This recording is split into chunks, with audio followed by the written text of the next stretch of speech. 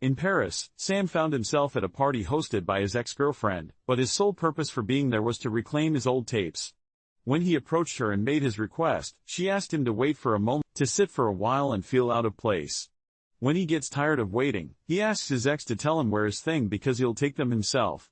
She guides him to an office and tells him to stay in there so they can talk in the corridor. Sam goes to the office and locks the door to look around in peace. When he finally finds his things, suddenly his nose starts to bleed. So he grabs some tissues and sits down to rest, asleep. So when moments later, there is lots of shouting and chaos outside, he doesn't hear a thing.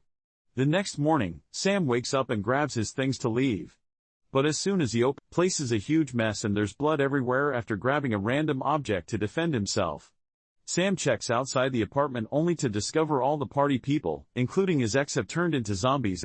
Sam quickly closes the door, then he looks outside through the window and discovers the same situation everywhere. Most people have turned into zombies and those that haven't are being chased and killed. And when a family tries to escape in their car, the horn noise attracts the zombies who immediately surround and kill them next. Sam checks the jackets and bags the guests left behind and finds themselves up listening to all their calls for help or even the last words they sent to their loved ones. When he doesn't hear any more noises in the corridor, he leaves the apartment and goes to the roof, but he doesn't see a single living person. Afterward, Sam decides to do whatever it takes to survive and starts by cleaning the rooms to get rid of all the infected blood. Suddenly he hears a strange noise from the apartment below right before a shock looks through it and discovers that the neighbor downstairs self-deleted. Curious, he takes a metal bar from the wall and begins hitting the hole until it's big enough for him to go through. After covering the other body and realizes the first sound he had heard had been the guy shooting his wife because she was infected and then he couldn't live with it. Then Sam raids the kitchen for food, grabs the man's weapon and takes all the after making sure the corridor is clear of zombies. He comes out and goes downstairs, closing every door he sees on the way. When he makes it to the front entrance, he finds the zombies outside, right before they can reach for him. Now that the building has been secured, Sam goes to the caretaker's room and grabs the keys to all the apartments while ignoring the zombie reaching through the window. He also finds then he takes all the supplies and useful objects he finds there before organizing the keys by apartment number so he can use them to check each room. The first apartment he enters has a zombified family in it and he manages to push the zombie off. Then he runs outside and closes the door to draw an X on it to avoid re-entering it in the future. Then Sam continues to check all the other apartments. He gathers all the food he can find, but sometimes he also takes other things like a paintball gun since Sam is a musician. He's happy to find an MP3 player, some old cassettes and even a set of drums. Done with all the apartments and has a mask to protect his face. Sam is closing up only to be startled by the elevator suddenly moving, which reveals a zombie inside since it isn't behaving violently. He ties the iron fence with a belt to keep him from escaping. Later in the evening, Sam has food while listening to his old tapes, which brings lots of good memories. The next day, Sam watches a while before organizing all the food he's gathered, rationing it properly and keeping a record in a notebook. He also uses the dirt on a window to draw a grid and start counting the days afterward. The apartment and eventually ends up playing the drums to release some tension. However, he must be careful because all the noise attracts the zombies to the window. Days start to pass and Sam tries his best to keep himself busy. In the solitude of his apartment, the man passed his days by preparing his own meals, savoring the simple satisfaction of self-sufficiency. Occasionally, in the quiet of night, he ventured to the rooftop to get also record sounds he makes with random objects and creates music with them. One day, Sam realizes there's a strong stench and looks into the apartment below to realize the bodies are rotting. But he can't bring himself to throw them away like trash. Instead, he puts them inside sleeping bags and leaves them on their bed together with some of their important belongings. After offering a moment, and seals the door with tape so the stench won't escape afterwards. Sam takes a shower only for the water to simply stop running. Later, while he's in bed, he hears a weird sound and discovers a horde of zombies eat him. Sam yells in pain only to wake up and realize it was just a nightmare. The next day, Sam adds exercise to his routine. He starts running around the building while listening to music. He dares to shake the man's hand and decides to call him Alfred. Sometime later, it finally rains. So Sam uses lots of pots and containers to gather water and wash his body. A cigar while having a one-sided conversation with Alfred, confessing that the hardest part is not knowing what happened to his family.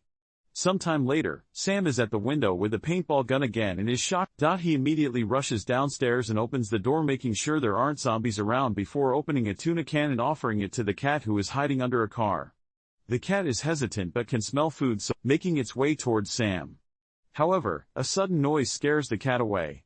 Worried, Sam puts down his weapon to leave the door open and begins sneaking around trying to find the cat. A zombie sees him anyway and comes after him.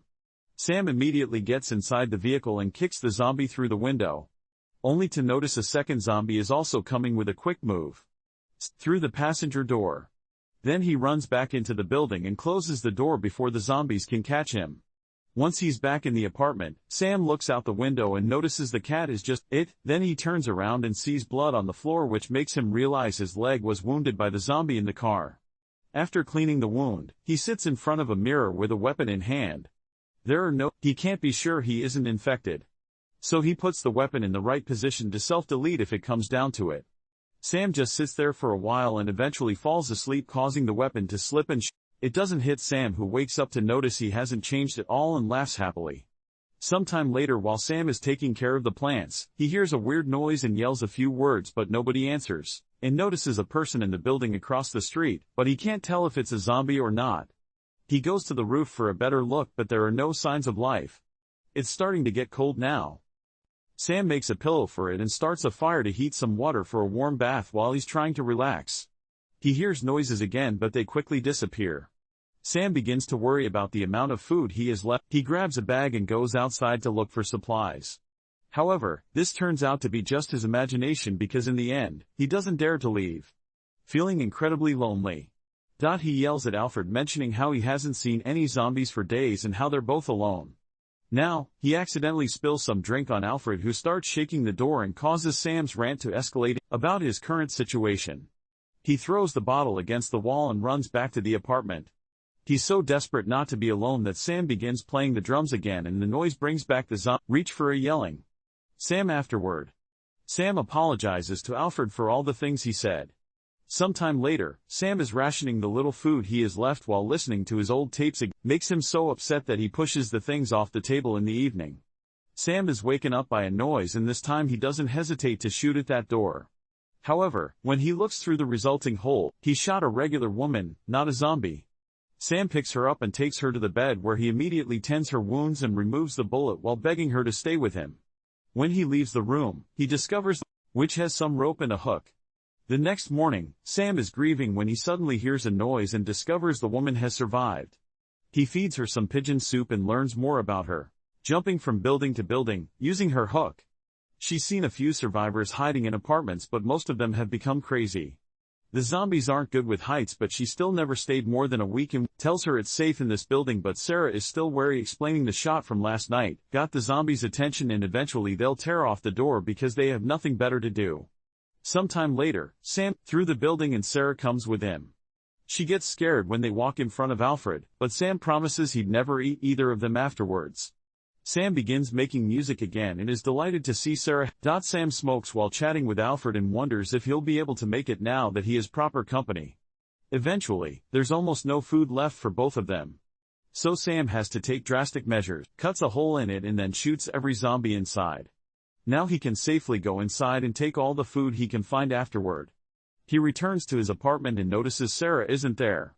He looks. Apparently, she's looking for a way to leave soon.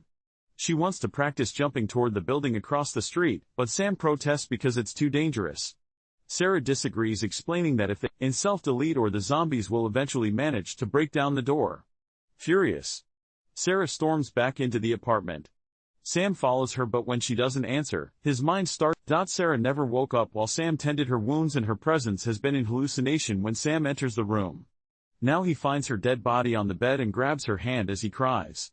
Then he covers her with a proper goodbye. He also checks her bag again and finds a digital camera. So he looks through the pictures. At first all the photos are of Sarah and her family. But then he finds a picture of himself in the other building. Accepting the fact he's going crazy, Sam decides it's time to go. He starts by lighting all his old tapes on fire. Then he grabs Sarah's bag and goes to the roof and decides to free him. Alfred doesn't attack, instead he follows him around and Sam sends him into an apartment. At that moment, the burning tapes activate the fire alarm and the zombies finally break down the front door, desperate, coming after Sam. He shoots as many zombies as he can, but eventually they make him fall. So he pushes them away and decides to run instead of fighting. Now the elevator is free, ignoring all the hands reaching to try to grab him. Then Sam starts climbing up the elevator shaft and runs toward an empty apartment, but a zombie follows him there. Sam grabs the curtains. Keep him distracted. However, when he tries to escape, he accidentally bumps against some objects on the floor and alerts the zombie of his location. Sam immediately reacts by hitting the zombie of him to trap him afterward. Sam climbs on that couch and goes through the hole to return to his apartment, which is full of smoke. There are lots of zombies around too, but the smoke allows Sam to slowly walk. Eventually, he makes it to the roof and uses Sarah's hook to throw the rope toward the other building. There's a zombie coming after him. So Sam jumps without much thought and hits his body against the wall, wakes up and is relieved to have escaped. There's a zombie at the window. So instead he climbs all the way to the roof and stares at the city skyline.